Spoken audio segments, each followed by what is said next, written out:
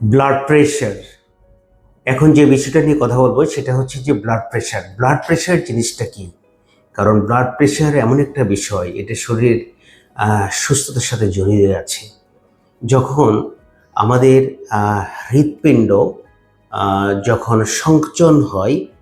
সংকুচিত হয়, তখন হৃৎপিণ্ড থেকে ব্লাডগুলো বেরিয়ে যায়।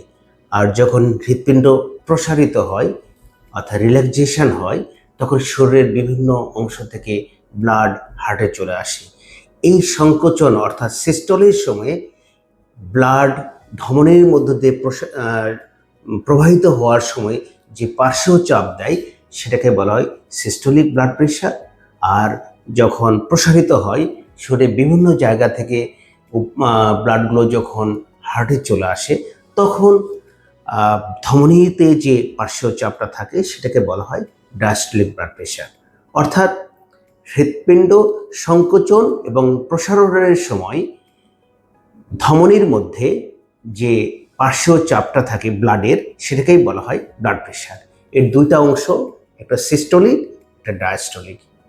যেটা সংকোচনের সময় হয় সেটা সিস্টোলিক, যেটা ডায়াস্টোলিক সময় হয় অর্থাৎ প্রসারণের সময়ের জন্য হয় সেটা হচ্ছে ডায়াস্টোলিক ব্লাড প্রেশার। তাহলে আমরা জানি যে নর্মাল ব্লাড প্রেশার কত।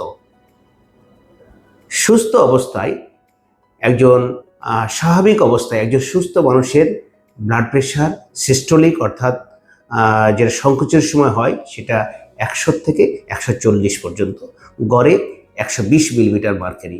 আর ডায়াস্টোলিক ব্লাড প্রেশার গড়ে 60 to 90 মিলিমিটার, গড় অ্যাভারেজ 80 মিলিমিটার মার্কারি। অর্থাৎ স্বাভাবিক অবস্থায় একজন মানুষের ব্লাড প্রেশার 120/80 মিলিমিটার মার্কারি। ধন্যবাদ।